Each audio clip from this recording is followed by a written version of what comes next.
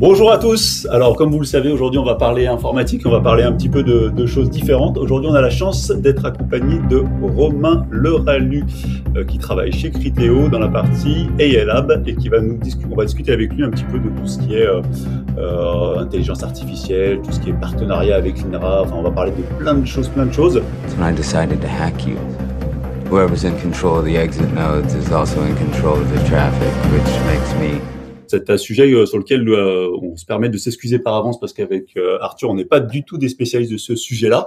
Mais justement, on est très content de te recevoir, Romain, parce que tu vas pouvoir nous éclairer un peu tout ça. Alors, on va commencer par une question évidemment qui est toujours la même. Est-ce que, Romain, tu te souviens de ton premier projet informatique? Alors, oui. J'avais probablement 8 ans. Et je voulais que mon père se réveille, et donc j'avais un vieil ordinateur, un ZX Spectrum à cassette, et j'ai découvert comment on faisait pour faire un bip, et ensuite une boucle while, et donc la machine qui était dans le salon faisait bip, bip, bip, bip, jusqu'à ce que mon père se réveille. Donc voilà, on parle d'un temps que les moins de Voilà, beaucoup d'années ne peuvent pas connaître. Est-ce que c'était développé en quel langage? Oh, c'était du basique, tout ce qui est plus basique. Ah, moi j'ai commencé aussi avec ça, tu vois. Pas moi. Moi j'ai commencé au C. Chacun son langage. Le C? Tu as commencé en C? Ouais. Premier code que j'ai fait, c'était du C. Avant de rentrer dans le détail, est-ce que tu peux, donc aujourd'hui tu travailles chez Criteo, est-ce que tu peux nous expliquer un petit peu ton parcours, comment tu arrives chez Criteo, et puis aussi pour ceux qui nous entendent, qu'est-ce que vous faites chez Criteo? Ouais, avec plaisir. Donc moi j'ai un parcours cursus ingénieur. Ensuite j'ai eu envie de continuer à être étudiant et puis de profiter un petit peu de ma liberté. Donc j'ai fait un doctorat alors on n'appelait pas ça intelligence artificielle à l'époque, c'était vraiment de l'analyse d'images. Donc je travaillais sur la détection d'objets dans des images. À partir de techniques qui n'ont pas forcément été les techniques qui maintenant sont très à la mode et qui fonctionnent très très bien. Et après mon doctorat, j'ai rejoint une boîte française qui travaillait sur la reconnaissance d'écriture manuscrite. Donc on apprenait aux ordinateurs à lire. Et c'était assez intéressant. C'est une boîte très très haute technologie, pas très grande, une petite équipe, mais qui développait vraiment des choses à la pointe de la technologie. Pour faire de l'OCR? Pour faire de l'OCR, c'est ça. Alors OCR, c'est plus sur le texte imprimé. Nous, c'était vraiment sur l'écriture manuscrite. Le produit de base de la boîte, c'était la lecture des montants sur les chèques. Et on cherchait à découvrir quelles nouvelles applications on pouvait faire à partir de cette technologie. Donc, on travaillait aussi sur des vieux documents d'archives, des trucs écrits à la plume au XVIIIe siècle, vraiment des trucs assez fascinants. Et c'était basé sur de l'IA, vraiment, là pour le coup, à la pointe. Okay. Et ensuite, en 2011, j'ai été contacté par une petite boîte qui faisait à peine 300 personnes, qui s'appelait Criteo, et qui m'a dit: écoute Romain, est-ce que tu veux venir chez nous faire de la publicité intelligente? Écoutez, la publicité intelligente, je sais pas, mais on peut toujours discuter. Et puis les entretiens étaient cool. Les types en face, visiblement, ils touchaient assez bien. Et mon dernier entretien était avec un des 3 fondateurs, et il s'appelait Romain. Donc du coup, forcément, un Romain face à un Romain, comment dirais-je, la connexion s'est bien faite. Et je suis sorti de l'entretien qui devait durer 1 heure, il avait duré 2 heures. J'avais des étoiles dans les yeux et je me suis dit bon, je sais pas exactement ce qu'ils font, mais j'ai envie de bosser pour ce type-là et faire des trucs cool avec. Donc 2011, Criteo, la publicité intelligente, 300 personnes. Et ensuite, voilà, l'histoire, c'est la boîte a grandi, la boîte est entrée au Nasdaq en 2013. Et là maintenant, c'est à peu près 3000 personnes dans 32 bureaux, dans une vingtaine de pays à travers le monde, aux États-Unis, en Asie, partout en Europe. Mais le quartier général, là où je suis à l'heure actuelle, c'est toujours à Paris, rue Blanche, avec à peu près un millier d'employés qui sont rattachés à ce bureau. Alors, explique-nous pour des gens nuls comme nous, c'est quoi le métier de Criteo? Alors, le métier de Criteo, c'est de la publicité en ligne sur Internet qui soit suffisamment bien ciblée en termes de messages, en termes de moments, pour être utile à l'utilisateur. Typiquement, on sait que tu as regardé une paire de chaussures, donc on se dit, voilà, Philippe, il a envie de s'acheter des chaussures, mais pour l'instant, tu n'as pas encore trouvé chaussures à ton pied.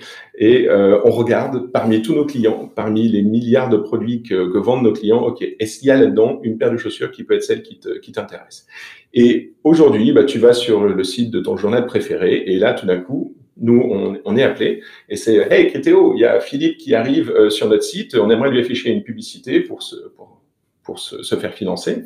Qu'est-ce que vous avez à lui montrer ?» Et là, on regarde, on se dit « Ah, une paire de chaussures, écoute, il y a celles-là, elles sont top, elles sont en solde d'ailleurs, est-ce que ça t'intéresse? » Et toi, tu dis, hey, c'est pas mal, c'est intéressant. Tu cliques, tu achètes, et nous, on reçoit une commission sur la vente qui a été réalisée grâce à nous. D'accord, ok. Donc, c'est des publicités qui nous suivent de partout, c'est ça? C'est ça. Et tant que tu ne trouves pas que toutes nos publicités sont géniales, c'est qu'on a encore beaucoup de boulot à faire pour les rendre vraiment utiles et pertinentes.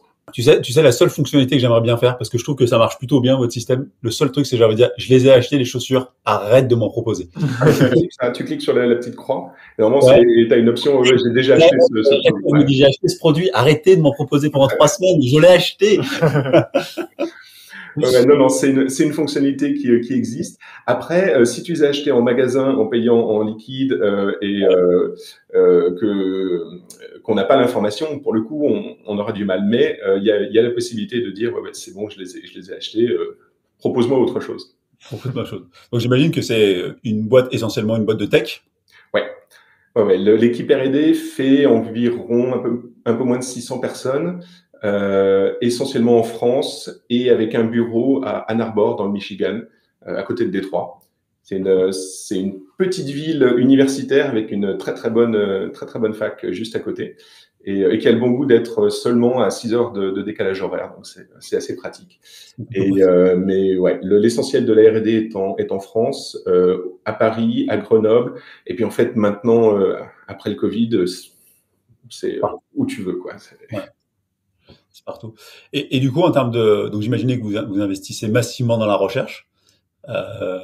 C'est quoi aujourd'hui les topics, le top topic, enfin les top topics chez Criteo de travail sur cette recherche?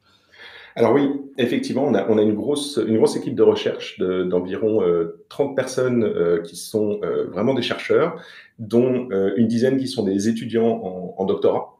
D'accord. En collaboration avec plein de laboratoires académiques. Et les sujets de recherche, c'est en fait tout ce qu'on peut améliorer sur la plateforme, tout ce qu'on peut optimiser. Globalement, notre philosophie, c'est s'il y a un endroit où je peux mettre un algorithme d'optimisation pour rendre ma publicité plus pertinente, je vais le faire.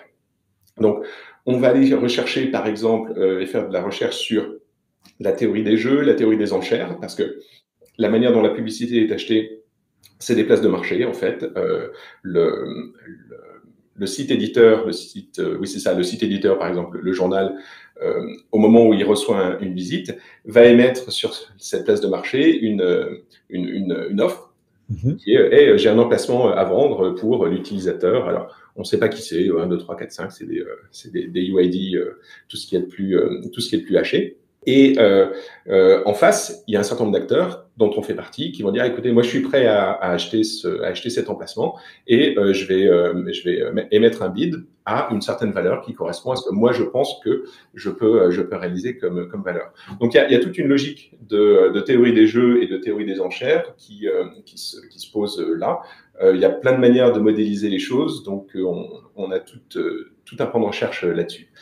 On fait aussi beaucoup de recherches sur des moteurs de recommandation. Parce qu'à la base, d'ailleurs, pour la petite histoire, Criteo, c'est une boîte qui a été fondée autour d'un moteur de recommandation. les deux fondateurs, Franck et Romain, avaient développé un moteur de recommandation et ils cherchaient à trouver une manière de monter une boîte autour de cette techno.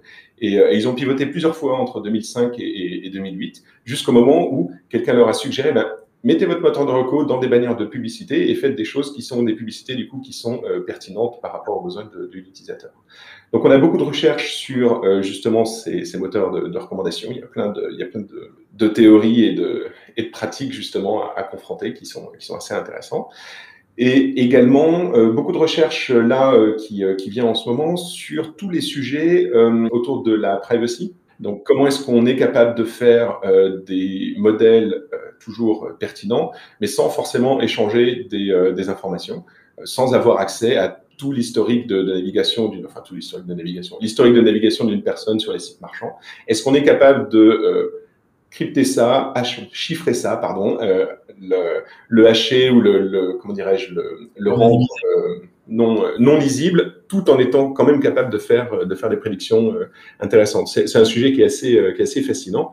Et d'ailleurs, on a lancé un partenariat avec INRIA pour faire de la recherche, justement, la recherche vraiment amont sur les techniques qui nous permettent de faire du machine learning tout en préservant la vie privée des gens et la protection des données. Par rapport à cette vie privée, comment est-ce que vous gérez le fait que l'Europe et les États-Unis et les autres continents du monde, j'imagine, ont des lois totalement différentes par rapport à ça? Je sais que l'Europe, ils sont beaucoup restreints tout ce qui est vie privée ces dernières années. Est-ce que vous avez eu un gros problème et comment vous gérez ça par rapport aux États-Unis et aux autres marchés? Alors ouais, effectivement, un truc qui est assez intéressant, c'est que en France, on a toujours été un des acteurs les plus en avance ou les plus stricts selon le point de vue en termes justement de protection des droits des gens et de la vie privée. Et on bosse d'ailleurs avec la CNIL depuis 2011, je crois, donc ça fait vraiment assez longtemps. Que justement, on leur pose la question, au fait, si on a ça, est-ce qu'il vaut mieux qu'on fasse ci, est-ce qu'il vaut mieux qu'on fasse ça? Non, là-dessus, là, il faut faire ci ou il faut faire ça. Quel genre de données on peut prendre? Ça, vous pouvez, ça, vous pouvez, ça, vous pouvez pas, etc. Donc, l'avantage, voilà, c'est qu'on a, je dirais, à portée de la main, un des régulateurs de vie privée les plus actifs, en tout cas en Europe. Les Allemands et les Néerlandais sont aussi très stricts. Donc, globalement, nous, ce qu'on a fait, c'est qu'on a développé nos systèmes pour répondre à ces législations-là en particulier. Puis après, on s'est pas embêté, on a déployé worldwide tout ce que... Tout c'est basé sur la norme européenne, si je puis dire, pour... C'est ça. Donc, vous êtes sûr que ça marche pour les autres régulateurs? Voilà, exactement. Donc, on prend l'ensemble de toutes les régulations les plus strictes, par exemple, en tout ce qui concerne le type de données qu'on a le droit de collecter, la durée de rétention de certaines données. On prend le truc le plus strict et on applique partout, comme ça on sait que ça fonctionne et on n'est pas en train de faire des cas spéciaux. En plus, la législation, ça peut changer. Donc, si jamais au Danemark, il y a un truc qui change, ah oui, mais si c'est des pubs que j'affiche au Danemark, mais que mes serveurs sont en France ou aux Pays-Bas, quelle législation? Non, nous, on a pris un truc le plus simple, on prend le plus strict et on évolue à l'intérieur de cet espace. Moi, j'ai une question qui m'a toujours paru un peu floue. C'est est-ce que vous, Criteo, vous avez des données ou vous les avez pas et en fait vous les utilisez au moment et elles se détruisent après, ou est-ce que vous construisez, vous gardez les données, les historiques chez vous ou c'est chez d'autres prestataires? Alors non, on garde des données chez nous qui sont alors déjà, elles sont en copropriété finalement. Elles appartiennent aux sites sur lesquels on les collecte, donc soit des sites éditeurs sur lesquels on peut faire des affichages, soit des sites marchands sur lesquels on va collecter les produits que tu as pu voir, ceux que tu as pu acheter. Ça après, donc on va les stocker chez nous. Et c'est également copropriété des utilisateurs, puisqu'ils ont le droit évidemment de consentir en amont de consentir à la collecte des données et en aval de demander suppression des données qui les concernent. Donc là-dessus, on a vraiment une copie justement de ces historiques de navigation auxquels on peut accéder soit offline en batch quand on fait du gros on crunch des gros chiffres, soit pour des apprentissages, soit pour des analytics, et également disponible en temps réel lorsqu'on a besoin justement de lancer une prédiction. Par exemple, En temps réel, je vais avoir besoin de savoir que tu as vu cette paire de chaussures hier et que du coup, c'est ça qui est intéressant. Et côté back-office, je vais savoir que tous les gens qui ont vu ces chaussures-là ont en général acheté ces chaussures-ci. Et donc, du coup, c'est comme ça que je vais construire mon modèle de prédiction.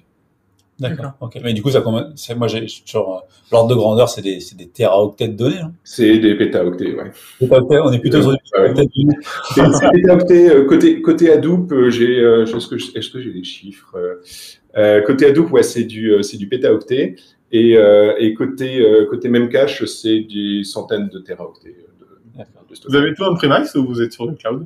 Non, on a notre propre infrastructure. Et ça, c'est un truc qui est très, très intéressant. Quand on a commencé justement à avoir des besoins d'infra, le cloud, c'était vraiment assez balbutiement et c'était pas forcément ce qui correspondait à nos besoins. Donc, on a monté notre propre infrastructure. On a une équipe de gros tueurs justement en infra, en réseau, en data center. Et donc maintenant, pour nous, c'est beaucoup moins cher d'opérer nos propres machines, de tirer nos propres câbles, tous les équipements réseau, etc., que ce serait de passer dans le cloud. On fait régulièrement l'exercice de benchmarker ce que ça nous coûterait, et la réponse, c'est au moins 2 fois plus cher en termes de coût d'infra. Ouais. Bon, c'est bien, c'est au moins vous maîtrisez, quoi. C'est exactement ça. On a un parc d'environ 45 000 machines, je crois, à peu près. Et puis du gros serveur. En général, on essaye de mettre le maximum de capacité de calcul ou de stockage ou les deux dans le minimum d'espace pour le minimum de consommation. Donc c'est des arbitrages qui sont assez rigolos. Et du coup, tout à l'heure, tu parlais de alors, on va revenir sur un peu le sujet de l'IA et de la recherche. Tu parlais tout à l'heure d'un partenariat avec l'INRIA. Concrètement, comment ça se passe? Vous avez des chercheurs de chez eux que vous prenez, ils travaillent sur quelle thématique? Comment ça fonctionne? Alors ouais, c'est un truc qu'on lance justement cette année et la réunion de kick-off d'ailleurs est après-demain. L'idée c'est vraiment d'avoir une équipe commune, donc des chercheurs de Criteo, des chercheurs d'INRIA et également des chercheurs de l'ENSAE et on veut en fait avoir ces gens en commun avec des chercheurs, des étudiants, des ingénieurs qui travaillent vraiment en équipe, donc qui se voient très régulièrement, plusieurs fois par semaine, dans les mêmes locaux, et qui vraiment vont travailler sur des thématiques de recherche qui sont des domaines qui intéressent les trois établissements. D'accord.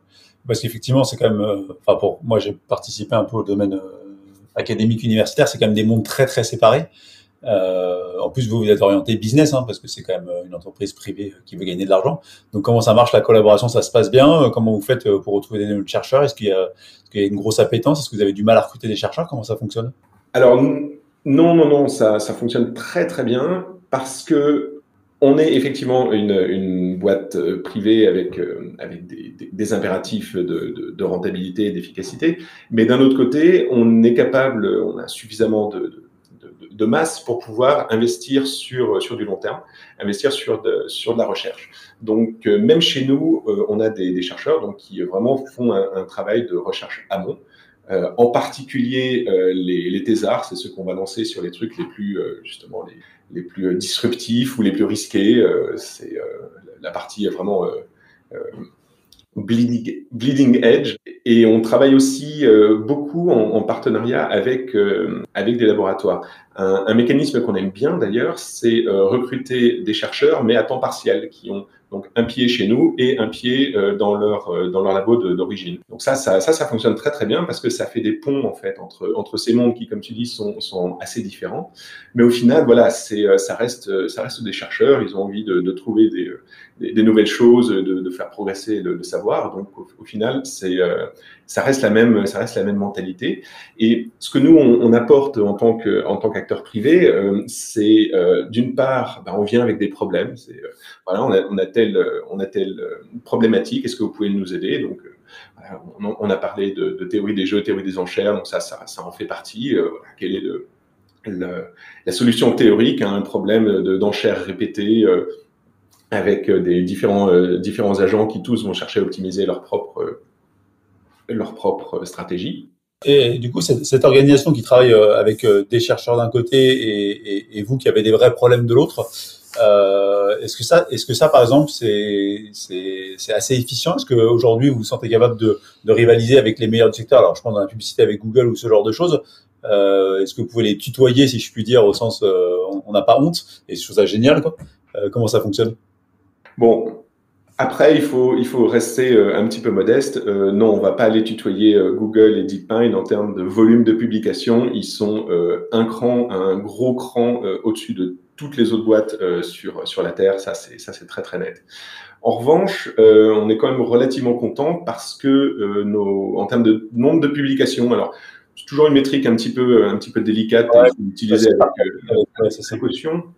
Mais bon, on est parmi on est le plus gros acteur industriel privé d'Europe en termes de nombre de publications dans les grandes conférences en IA. Donc ça, voilà, même si c'est une métrique à utiliser avec précaution, ça montre quand même un certain niveau d'excellence et puis une quantité un volume, voilà, de recherches qu'on fait, de publications qu'on fait qui sont à un certain niveau. Et ça c'est intéressant parce que le volume crée du volume. On se positionne comme étant des experts ou en tout cas des gens compétents dans un certain nombre de domaines. On a donc du coup des occasions de monter des collaborations de recherche scientifique, tout en sachant que en parallèle de ça, on a notre plateforme qui existe. Et ce qui est extrêmement intéressant pour ces chercheurs, c'est la possibilité via nous et nos équipes d'ingénierie de développement de dire voilà, j'ai une idée, j'ai un algo ou j'ai une méthodologie, est-ce que je peux la tester? Écoute, la réponse est oui, on va développer des trucs ensemble, on va les mettre en production, on va les tester et en quelques jours, en quelques semaines, tu as la réponse, est-ce que ton algo marche?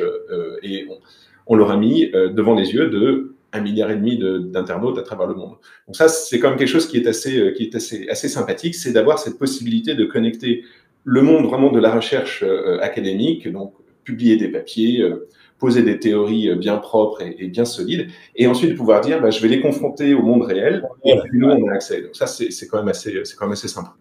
Avec un time to market qui est assez court finalement, quoi. Le plus court possible, voilà, sachant que la recherche, c'est du temps long, c'est de l'incertitude. Si c'est des temps courts et de la certitude si c'est des temps courts et des choses qui sont clairement définies, c'est pas de la recherche. Donc c'est de l'ingénierie. Voilà, c'est de l'ingénierie, c'est du développement, c'est une autre philosophie. Je dirais que la recherche, ça se caractérise par justement du flou, des doutes et du temps qu'il faut passer pour lever justement ces flous, ces doutes. Et de temps en temps, ça marche pas et c'est normal et c'est sain aussi. Si on n'a pas des projets qui plantent de temps en temps, c'est qu'on n'est pas en train de chercher suffisamment à innover. Et du coup, toi, tu as l'impression que la dynamique elle est dans le bon sens au niveau de la recherche en France, au moins sur ces domaines-là. Est-ce qu'on va vers quelque chose où on progresse ou au contraire ça stagne un peu ou au contraire tous les chercheurs partent aux États-Unis ou comment tu le vois toi sur t'as vu vraiment hier Alors ouais, c'est une très très bonne question. Globalement, je dirais que ça fonctionne pas mal, mais on pourrait faire beaucoup mieux. Le truc qui est vraiment qui aurait énormément de valeur, c'est de désenclaver un petit peu nos laboratoires universitaires et de leur fournir la possibilité d'interagir plus avec les entreprises, soit avec des labos de recherche en entreprise, soit tout simplement avec des gens qui justement possèdent des plateformes et possèdent la capacité justement à confronter théorie et pratique. Il faut savoir qu'un chercheur qui veut se mettre en disponibilité pour passer quelques mois ou quelques années dans le monde privé, ça demande beaucoup de paperasserie, beaucoup d'efforts. Et du coup, c'est quelque chose, voilà, il faut vraiment être convaincu qu'on a envie d'aller faire un tour dans le monde du privé pour aller s'atteler à cette tâche. Et je pense que c'est un petit peu dommage parce que on a des universités, des laboratoires qui sont d'une excellente qualité, on a à rougir devant personne. Et on pourrait mieux les utiliser, les valoriser pour l'industrie, pour les boîtes françaises. Donc là-dessus, c'est vraiment dans les transferts et dans les deux sens. Lorsqu'on a toute une connaissance et une expertise de comment les choses se font dans le monde réel, peut-être qu'on pourrait plus les partager en donnant des cours, en contribuant à des programmes de recherche académique, en venant justement avec ce feedback du terrain, comment ça se passe.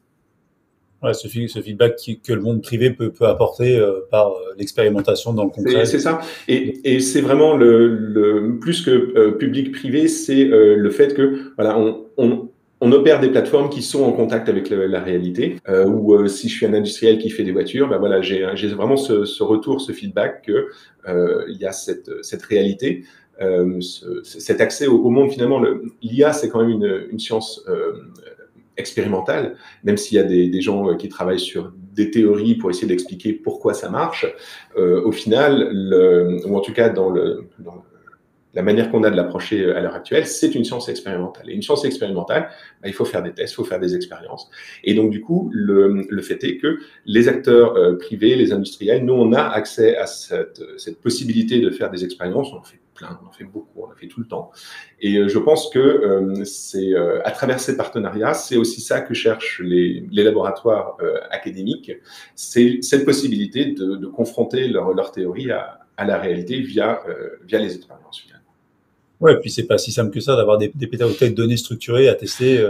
Même s'ils avaient les données, avoir le moteur de recommandation, par exemple, pour pouvoir avait testé deux moteurs de recommandation et les mettre devant des millions d'internautes pour savoir lequel fonctionne le mieux en pratique. Voilà, il faut avoir justement cet accès-là. Donc c'est pas uniquement les données, même si c'est effectivement le début, mais ensuite après voilà, c'est comment est-ce que je fais mon test et comment je ferme la boucle entre justement l'analyse des données et la prise de décision qui sera sanctionnée par l'utilisateur. Oui, c'était une bonne recommandation ou non, c'était une mauvaise recommandation. Où est-ce que ça va ?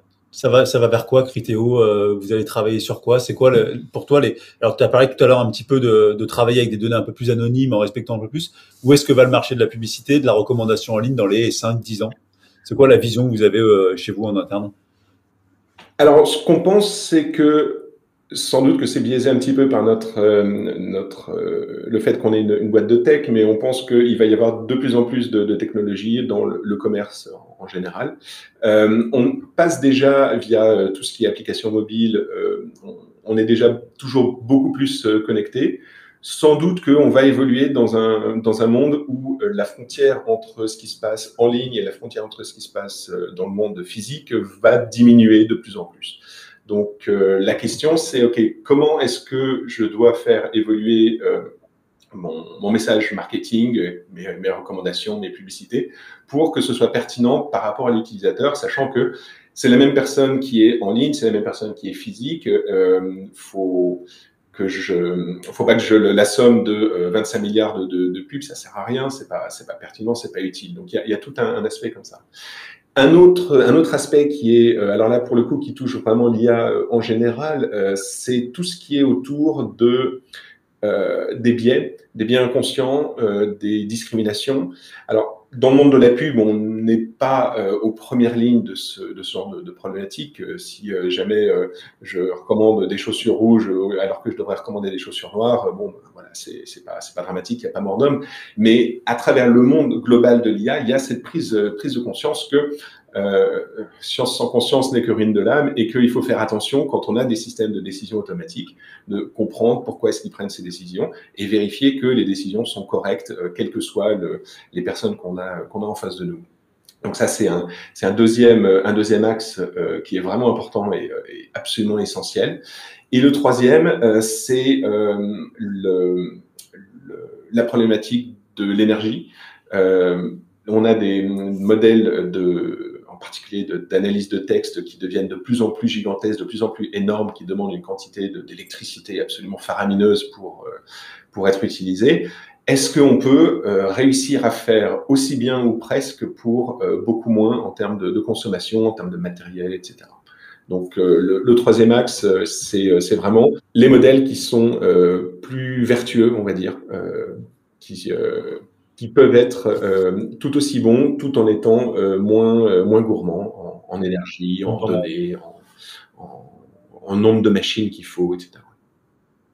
Est-ce que tu fais partie des gens, alors je te pose une question un petit peu sur le côté, est-ce que tu fais partie des gens qui pensent qu'on va tous aller dans le métaverse et que tout va se déplacer là-dedans ou pas du tout ?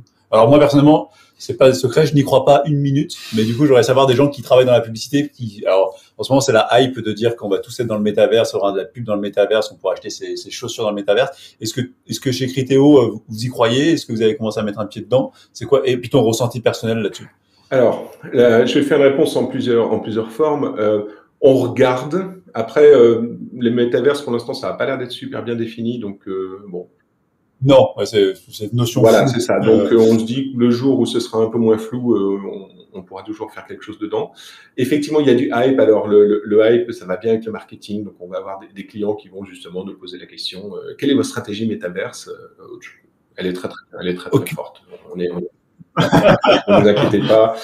Quand le métaverse arrivera, on sera là et vous aurez la capacité, voilà, blablabla. En pratique, alors. Honnêtement, pour avoir acheté pendant le confinement un casque de VR, c'est sympa, mais voilà quoi. Je trouve ça, je vais rebondir et je vais donner mon avis pour une fois. Je trouve ça rigolo parce que tous les médias nous en parlent toute la journée comme étant la grande chose qui va arriver et compagnie. Et à chaque fois que tu parles à un gars de la tech, il te dit ouais non mais je crois pas une seconde, j'ai essayé, c'est pourri, tu me mets un casque sur la tête 5 minutes, ça me donne envie de gerber. Et du coup je trouve ça hyper étonnant que des gens continuent d'investir des milliards dans un truc où d'habitude les informaticiens sont les premiers à se jeter sur un truc et on n'y croit pas. Alors est-ce que tous les informaticiens sont stupides? Et c'est juste que Facebook est là-dedans quoi. Mais et du coup la question c'est est-ce qu'on passe tous à côté du truc ou est-ce que c'est vraiment la prochaine bulle? Voilà, c'est pour ça que ça m'intéressait d'avoir ton avis. Ouais. Alors peut-être que malheureusement nous ne sommes pas si jeunes que ça. Et peut-être que voilà, on n'est peut-être pas la bonne génération pour se positionner là-dessus. Il y a plusieurs trucs. Donc déjà la techno de la réalité virtuelle, c'est sympa, c'est rigolo, c'est cool, mais honnêtement c'est pas encore là. Particulier si tu portes des lunettes, enfin c'est gros, c'est lourd, c'est compliqué. Il faut un super ordinateur de la NASA pour afficher des images décentes. Donc avec le prix des GPU, honnêtement, voilà, tout le monde peut pas avoir ça dans son salon à l'heure actuelle.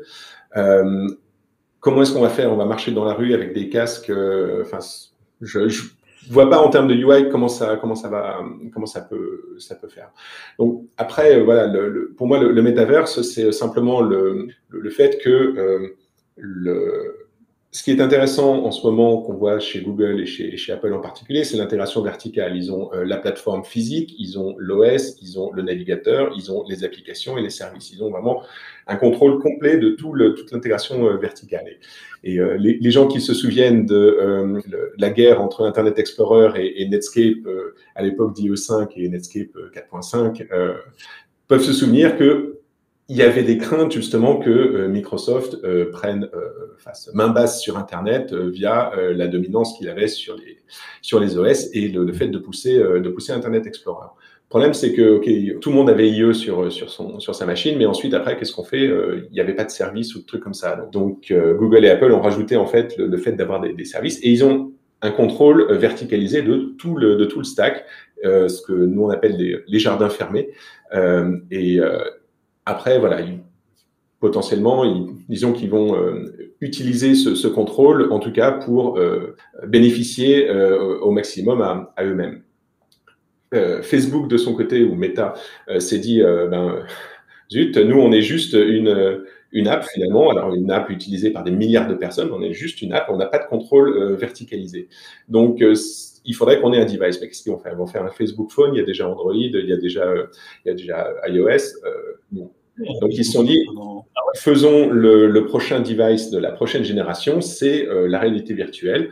Donc, ils vont lancer Metaverse, avec comme idée d'avoir l'intégration verticale avec du matériel jusqu'au service en misant sur la réalité virtuelle. Après, si ça marche, ils auront été là avant tout le monde. Si ça marche, ils ont le monopole. Oui, mais en fait, non. Regarde, les lecteurs MP3, par exemple, ça existait avant l'iPod. L'avantage d'être le premier, c'est pas si évident que ça, que ce soit un si bon avantage. Tout dépend de ta stratégie. Est-ce que tu es capable d'occuper l'espace? Et donc, du coup, je me dis, être le premier, potentiellement, ok, mais en même temps, il faut vraiment être sûr que ce que tu fais, que tu prends les bonnes décisions. Parce que t'as pas l'avantage de laisser le premier voir est-ce que la température de l'eau est bonne ou pas, et ensuite d'être le deuxième à arriver. Donc potentiellement, ça peut être plus intéressant d'être le deuxième si tu es capable d'avoir un produit qui est meilleur que la concurrence, que ce que les first movers ont été capables de faire. Je vois que le temps tourne, on va avancer un petit peu. Est-ce que tu avais encore une question avant que j'enchaîne sur... Ouais, peut-être une petite question sur encore un truc du futur. J'ai vu il y a quelques mois ou quelques années qu'il y avait un film chinois, il me semble, qui avait sorti des pubs dans le film directement, où ils avaient intégré en fait les pubs dans les panneaux publicitaires qu'il y avait dans le film. Est-ce que tu penses que toi, ce sera un peu le prochain canal de publicité qu'on va avoir? Est-ce que tu as déjà eu des cas de ce genre de publicité qui sont arrivés chez Criteo? Si tu en as entendu parler, je sais pas. Alors, on se pose des questions, savoir quels sont les prochains canaux, effectivement. Là, après, on est dans un mélange entre du product placement, parce que des pubs dans les films, il y en a toujours eu de façon plus ou moins subtile. Et donc, c'est vraiment une question qu'on se pose. Dans les films, ils envoient un message et ils ont le téléphone bien en fond de caméra avec le gros logo derrière. Exactement. Voilà, c'est fin, c'est subtil, mais bon. Donc après, voilà, la question peut se poser. Je dirais ce qui fait la différence et ce qui peut peut-être être un espèce de go-no-go, c'est qu'en général, à la fois les gens qui font des films et les gens qui font ce genre de publicité sont très, très, très attentifs à la qualité visuelle, l'expérience utilisateur, etc. Donc du coup, voilà, mettre une publicité random pour cette fameuse paire de chaussures, ça risque... tu es en train de voir ton film là et tout d'un coup ça te ressort de ton je sais pas où tu es dans le film et tout d'un coup ça te coupe ta connexion avec les personnages, avec l'histoire et tout, c'est un petit peu étrange. Donc ce qu'on peut imaginer, c'est effectivement faire peut-être de l'optimisation sur certains domaines. Est-ce que j'affiche une pub pour Nike ou pour Adidas sur le panneau dans la rue? Bon, pourquoi pas. Mais en tout cas, ce seront des choses qui seront extrêmement surveillées par les réalisateurs d'un côté et les directeurs commerciaux au marketing de l'autre. Mais techniquement, on a la capacité de faire ça. Ouais. Ok. Et dernière question, et je conclue, est-ce que vous utilisez votre moteur de recommandation pour autre chose que de la publicité et du placement de produits? Est-ce qu'il y a des utilisations qui sont autres que celles-ci? Alors, notre moteur de reco, il est quand même optimisé pour recommander des produits qui vont intéresser les gens par rapport à ce qu'ils ont acheté. Donc, essentiellement, c'est là-dessus qu'on a travaillé. C'est pour ça qu'il est bon. On est capable de le mettre comme moteur de recommandation sur le site directement. Donc, c'est pas de la publicité, c'est vraiment pour la navigation. Ouais. Mais ça reste quand même optimisé pour choisir des produits. Donc, ce sera peut-être pas de la pub, mais ça reste du marketing au sens large. Super. On va essayer de conclure. Alors, il y a une question que moi j'aime bien poser. Normalement, j'espère que tu l'as préparée là-dessus. C'est est-ce que tu as encore un rêve en informatique? Est-ce qu'il y a encore quelque chose qui te fait rêver et que tu espères voir venir dans un horizon plus ou moins proche? Alors, honnêtement, tout ce qui est autour de l'IA, ça a ce côté quand même vraiment magique, vraiment impressionnant. On est capable de faire des choses qui sont assez folles. Faut évidemment pas succomber au hype non plus. L'intelligence artificielle générale, Terminator, etc. C'est pas pour demain. Même les voitures autonomes. On se rend compte qu'on est très très loin de Terminator. C'est bon, vous inquiétez pas. Non, c'est tout va très très bien. Non, vraiment le truc que je trouve assez intéressant, c'est les impacts que l'informatique, en particulier l'IA, auront sur la société. Typiquement, le jour où on arrive à avoir des voitures autonomes qui marchent vraiment, dans lesquelles tu as confiance pour, mettons, transporter tes enfants. Tu mets les enfants dans la voiture qui va les déposer à l'école, la voiture revient et tu pars au bureau, la voiture revient et emmène ta femme à son bureau. Tu as une voiture finalement pour toute une famille, là où avant tu aurais besoin de deux voitures. Et potentiellement même tu fais ça à l'échelle d'un quartier. Donc il y a potentiellement, et c'est juste un exemple, et probablement qu'il n'arrivera pas tout de suite, mais c'est juste un exemple de choses que, au fur et à mesure que les machines deviennent de plus en plus intelligentes, elles seront quand même capables de servir des choses, de servir la société. Il y a ça, il y a des trucs que les drones, par exemple, pour surveiller les champs, pour optimiser les pendages agricoles, voilà, mettre juste un tout petit pchit d'herbicide sur la mauvaise herbe plutôt que de faire un carpet bombing sur tout le champ. Voilà, il y a des milliers d'applications, peut-être des millions ou des milliards, qui vont arriver au fur et à mesure qu'on sera capable d'avoir des machines qui peuvent agir de manière efficace, intelligente, ponctuelle. Et ça, je trouve que c'est vraiment intéressant. Donc, pour moi, la chose qui est vraiment fascinante en informatique, c'est pas tellement les langages de programmation, les techniques de base de données, de stockage. C'est des trucs, ça évolue évidemment, mais c'est vraiment, on commence à passer un espèce de seuil, un niveau de qualité, d'autonomie et d'efficacité qui font que on va commencer à avoir des machines qui sont capables de vraiment prendre des actions utiles pour la société. Et ça, c'est quand même super cool. C'est bon. Merci Romain, cet échange. Moi, j'ai trouvé ça super intéressant. En plus, c'est des domaines que nous, on connaît pas ou peu. Parce que nous, on est dans la soute. On est dans la base de données, nous. On est dans la base de données, les petites mains des développeurs, c'est nous. Donc, c'était intéressant d'avoir nos points de vue puis de prendre un petit peu de hauteur sur tout ça. Je te laisse le mot de la fin, Romain. Bah, écoutez, non, mais merci de m'avoir accueilli et fait parler sur ces sujets. C'est toujours très intéressant de se lancer à évoquer des choses très très concrètes et puis aussi très avancées. Criteo recrute des gens à tous les niveaux. Ça peut être des gens qui tirent des câbles réseau, c'est des soutiers pour toutes les bases de données qu'on utilise online, offline. On fait du front, on fait du back, on fait du machine learning. On a besoin de chefs de projet, etc. Donc voilà, s'il y a des gens qui écoutent et qui sont intéressés, n'hésitez pas à venir nous voir. Et également, si vous allez dans des conférences de dev, de SRE, de machine learning et tout, en général, il y a un stand Criteo. En général, il y a des gens qui sont là, qui sont passionnés. Donc, allez discuter. Allez prendre des bières avec aussi, c'est une bonne manière On revient de We Are Developers à Berlin avec Arthur, où c'était un très bon salon de développement. Ouais. Il n'y avait pas Criteo. Il n'y avait pas Criteo, mais par contre, on a bu des bières. Bon, écoute, voilà, c'est ça. Et du coup, si vous avez des recommandations d'endroits où il faut aller, où les bières sont bonnes et où les gens sont cool, on est preneurs aussi. Voilà. On sponsorise aussi des confs d'ailleurs. Donc, s'il y a des gens qui organisent des conférences et qui cherchent justement des sponsors, voilà. Donc, on met notre petit logo, on fait un chèque et on envoie des gens pour aller boire des bières et parler de dev, parler de machine learning, etc. Qu'est-ce qu'on dit? On met ton lien LinkedIn et puis on leur dit de te contacter. Est-ce qu'il faut qu'ils contactent directement le service RH pour recrutement? Comment ça se passe? Vous avez un process? Ouais. Recrutement chez nous, c'est une très très belle machine. Je vous enverrai le lien. On le mettra en description de la bio. /jobs.